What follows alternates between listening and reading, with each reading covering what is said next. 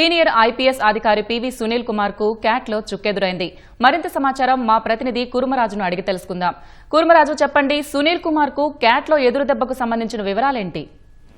Cat లో PV Sunil Kumar తన మీద ఉన్న సస్పెన్షన్ ఎత్తివేయాలనేసేమో ఆయన క్యాట్ ని ఆశ్రయిస్తున్నారు. గత కొన్ని నెలలుగా ఆయన్ని క్యాట్ లో విచారణకి ఆయన కేసేమో తీసుకున్నారు. అయితే ఇవాళ ఆయన రిటైర్మెంట్ రోజు ఈ సాయంత్రం పనివేళలు ముగిసిన వెంటనే ఆయన రిటైర్మెంట్ అవుతున్నట్టుగానేమో రాష్ట్ర ప్రభుత్వం ఎప్పటికీ నిన్ననే జియో ద్వారా నోటిఫై చేసింది.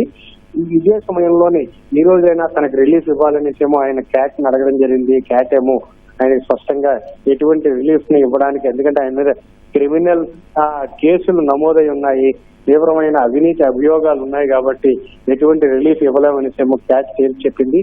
ఇది ఒక ప్రధానమైన అంశం.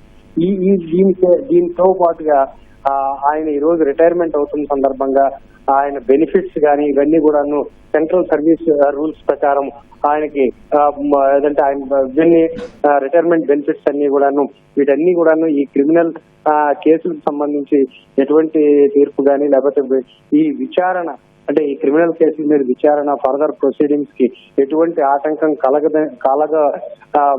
ఎటువంటి ఆటంకం వాటిల్దని చూడనేమో రాష్ట్ర ప్రభుత్వం స్పష్టం చేసింది.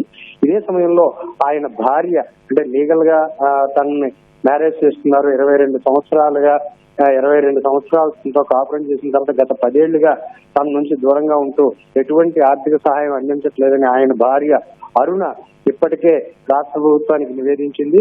తాజాగా నిన్న ఆయన రిటైర్మెంట్ నోటిఫికేషన్ జారీ అయిన తర్వాత ఆమె రాష్ట్ర ప్రభుత్వానికి ఒక లేఖ రాసింది. రాష్ట్ర ప్రభుత్వ ప్రధాన కార్యదర్శి అలాగే డీజీపీకి కూడానేమో ఆమె లేఖ రాయడం జరిగింది. ఆయన రిటైర్మెంట్ బెనిఫిట్స్ ఏవి కూడా తనకు తెలియకుండా సెటిల్ చేయొద్దనేసేమో ఆమె లేఖ రాయడం జరిగింది.